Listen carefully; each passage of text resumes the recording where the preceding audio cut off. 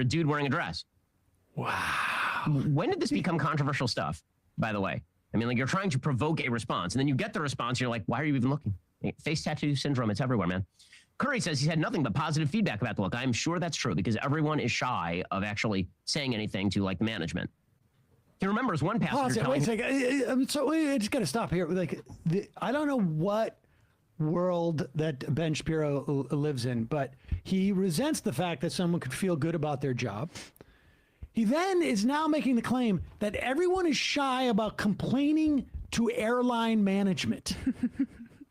Is there any other scenario in the world like the one place where it seems like it is socially acceptable, or at least remotely so, to be yelling at people in public is when you are yelling at an airline worker? But he also can't make up his mind because he said everyone will most likely have a strong reaction to this, but yet no one is willing to say something to have the strong reaction. Of course. It's like, which one is it? Are they having the strong reaction or are they holding back their strong reaction? It's his pro-parent agenda. Neither. I mean, it's just unbelievable how much, like how deep into the barrel they have to dig. Apparently, Ben Shapiro responding to a video of Emma talking about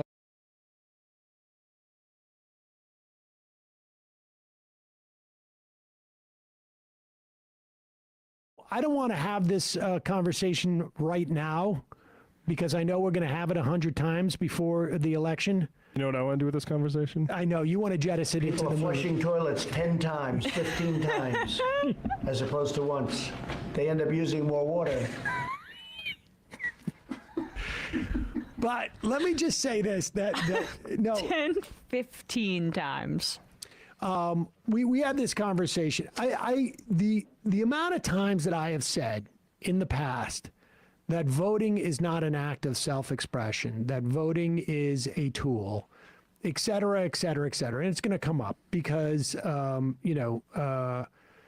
there is real reason for people to be completely enraged and disgusted at Joe Biden, particularly from my perspective, on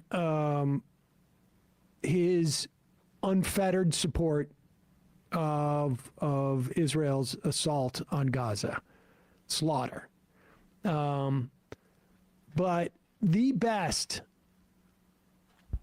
expression of like how I think you should approach voting that I've seen, and maybe even better than I've articulated it, frankly, which is not always fun to admit, particularly since I've had to articulate this over the course of 10 years, was from Ole and O'Loren, right? Olemi O'Loren. Olemi O'Loren.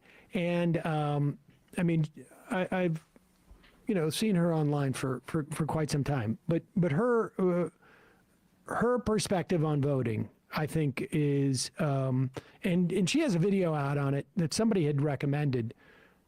I think it's titled like Voting Guide 2023. It just came out like I don't know, maybe a couple of weeks ago, and it's a long video. But you really only have to watch the first 15 minutes, in my estimation, 20 minutes, to get the the 2023 election survival guide, 2024 election survival guide. Sorry, this came out. Wow, 8 days ago.